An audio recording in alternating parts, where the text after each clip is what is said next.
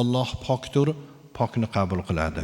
Qalbni qotiradi harom luqma. Nima uchun ichimizga kirgan luqmani ta'siri bo'lmaydi? Musulmon kishi halolga harakat qilish kerak. Payg'ambarimiz janob Rasululloh sallallohu alayhi va sallam aytadilarki, Muhammadning joni qo'lida bo'lgan zotga qasamki, banda agar qorniga bitta harom luqmani tashlasa, Alloh taolo uni 40 kunlik amalini qabul qilmaydi. Qalbni qotiradi harom luqma. Insonni g'aflatga boshlaydi.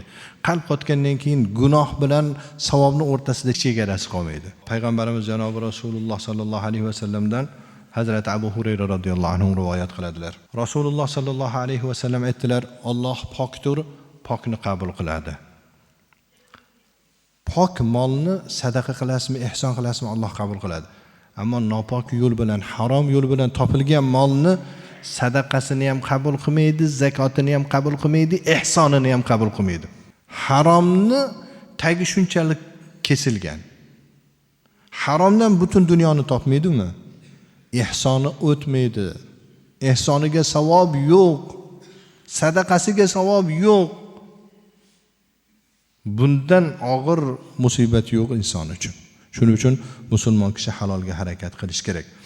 Bu hadisning davomida Payg'ambar alayhissalatu vassalom uzoq muddatga safarga chiqqan bir kishini zikr qildilar.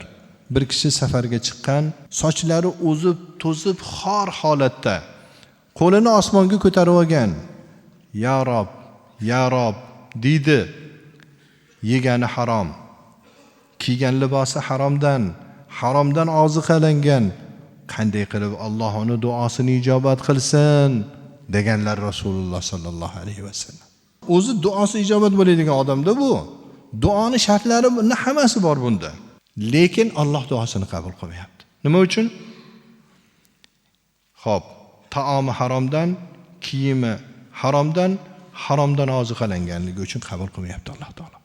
Azizlar, bitta narsani yaxshi bilib qo'yaylik. Misol uchun, qon bosimingiz oshadi, bitta tabletga ichasiz, joyiga keladi, to'g'rimi?